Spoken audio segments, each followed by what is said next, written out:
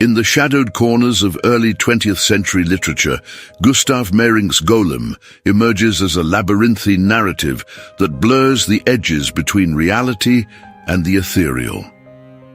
As I delved into its pages, a sense of unease settled over me, much like the fog that clings to Prague's ancient streets in the story itself. Meyrink, a figure whose own life mirrored the occult pursuits of his characters, born into scandal and drawn to mysticism, crafts a tale that feels eerily prescient. But who was this enigmatic author, and how did his personal transformations bleed into the clay of his creation? We'll circle back to that later, after peeling away the layers of myth and mind that define this work. The Golem unfolds in Prague's Jewish ghetto, a place teeming with secrets and spectral presences. The protagonist, Athanasius Pernath, a gem engraver plagued by amnesia, awakens from a dream where he has swapped hats and identities with a stranger. As he navigates a web of intrigue involving a mysterious book of Ibbur, a seductive woman named Angelina, and shadowy figures like the junk dealer Wassertrum, Pernath encounters visions of the legendary Golem, a clay being that haunts the ghetto every 33 years. Imprisoned for a murder he didn't commit, Pernath's journey spirals into spiritual awakening, blending horror, romance, and esoteric philosophy in a dreamlike haze. This summary barely scratches the surface, though. What if the Golem isn't just a monster, but a mirror to our own fragmented selves? That question lingers as we explore its true nature. The Golem, in its essence, is no mere animated statue. It's a being forged from inert matter, breathed into pseudo-life through sacred rites. Rooted in Hebrew, the word golem denotes something unfinished, a lump of clay awaiting form, as described in ancient texts where Adam himself is labeled a golem before receiving a soul. In Meyrink's hands, this creature transcends folklore, appearing as a spectral doppelgänger with Pernath's face, wandering the ghetto's alleys like a harbinger of unrest. It's silent, immense, and inexorable, materializing every 3 decades to stir chaos.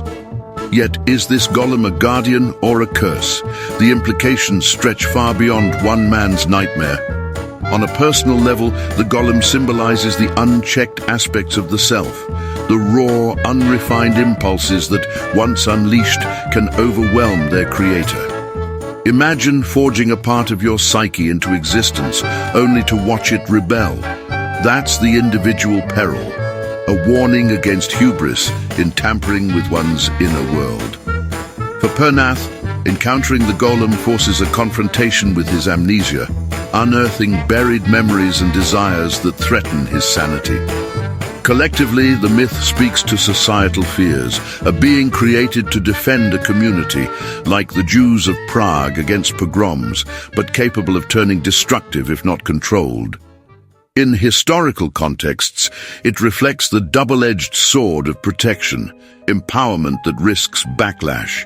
Meyrink amplifies this, portraying the golem as a psychic epidemic sweeping the ghetto, infecting minds with paranoia and visions.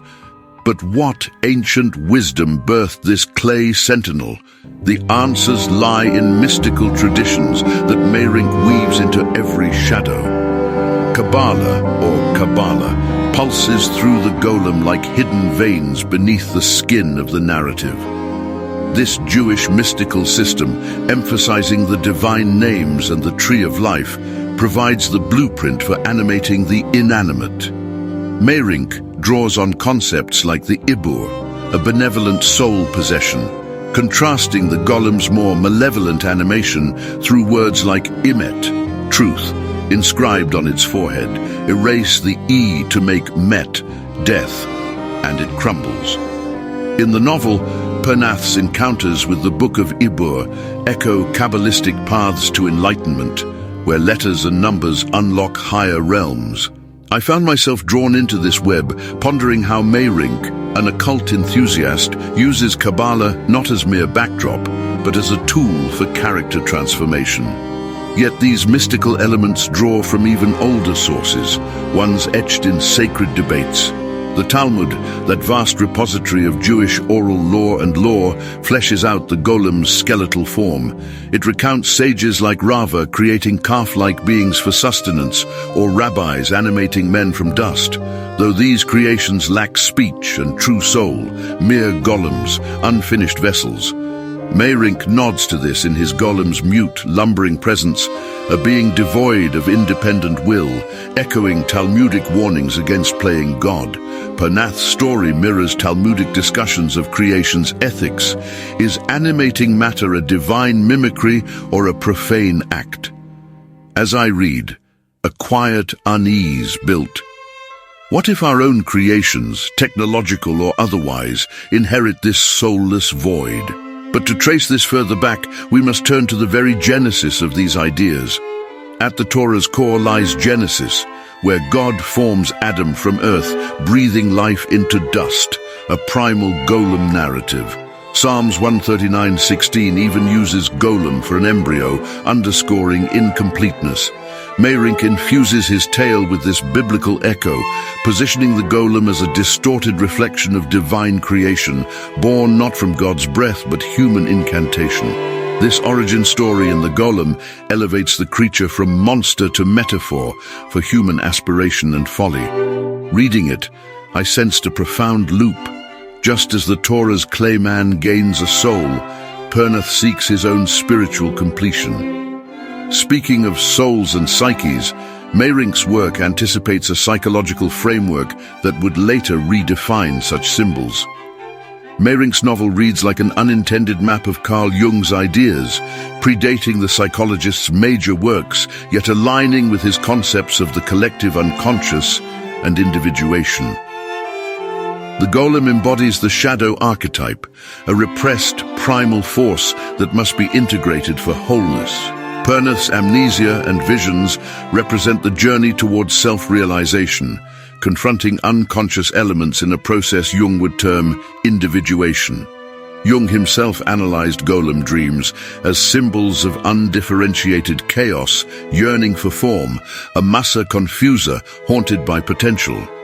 In Meyrink, this manifests as Pernath's psychic merging with the golem, reclaiming disavowed parts of the self. I felt a chill recognizing how the Ghetto's collective hysteria mirrors Jung's synchronicity, where inner turmoil manifests outwardly. But Meyrink's Prague also whispers of another writer's bureaucratic nightmares, ones that echo without fully overlapping. Though contemporaries in Prague, Meyrink and Kafka craft parallel universes of alienation. The golem's trial scene, where Pernath faces absurd imprisonment, foreshadows the trial's Joseph K's inexplicable arrest, both ensnared in opaque systems. Similarly, the novel's looming castle evokes the castle's unreachable authority, a symbol of unattainable truth. Yet, Meyrink stops short. His world dissolves into mysticism, offering spiritual escape, while Kafka plunges deeper into existential absurdity, denying resolution. As I compared them, a curiosity sparked. Does Meyrink's dreamlike haze soften the blow that Kafka sharpens? The atmosphere in the golem certainly amplifies this ambiguity. Prague's Jewish ghetto in Meyrink's prose is a breathing entity. Narrow alleys twist like veins, houses lean in conspiracy, and fog muffles cries into whispers. The air thickens with decay and secrets, a perpetual twilight where reality frays at the edges. This setting isn't passive, it pulses with psychic energy, amplifying isolation and paranoia. I immersed myself, feeling the walls close in, much like Pernath's descending madness. But amid this gloom, dreams emerge not as escapes, but as exalted portals. Dreams in the golem aren't fleeting illusions, they're elevated to sacred revelations, gateways to higher truths. Pernath's initial hat-swap dream propels the plot, suggesting that slumber unveils what waking life conceals. Meyrink valorizes this state, portraying dreams as alchemical processes where the soul refines itself. Reading these sequences, I wondered, What hidden insights lurk in our own nights? This theme intertwines with recurring motifs that bind the narrative's fragments. Motifs abound. The hat as identity shifter, the number 33 signaling cyclic return, and mirrors reflecting distorted selves. The golem itself recurs as a motif of animation gone awry, while the Book of Ibbur symbolizes soul transmigration. These elements loop back, creating a type of repetition that mirrors the ghetto's eternal cycles. I trace them eagerly, each recurrence closing a parenthesis-opened pages before. Yet, it's the characters who breathe life into these symbols, each carrying layers of meaning. Athanasius Pernath, the amnesiac engraver, embodies the quest for self-knowledge, his gem-cutting a metaphor for shaping the soul. Wassertrum, the vengeful junk dealer, represents base materialism, hoarding grudges like scraps. Angelina, ethereal and elusive, signifies unattainable desire, while Hillel, the wise scholar, channels Kabbalistic wisdom, guiding Pernath toward enlightenment. The golem, faceless yet familiar, mirrors collective unconscious fears. Each figure, in my view, serves as a facet of Pernath's psyche, driving the story's introspective arc. Now, recalling that foreshadowed bio, let's meet the man behind the myth. Gustav Meyrink, born Gustav Meyer in Vienna on January 19, 1868, was the illegitimate son of a baron and an actress, a scandal that shadowed his youth. Moving to Prague, he worked as a banker but dabbled in occultism, founding a theosophical lodge and experimenting with yoga and alchemy.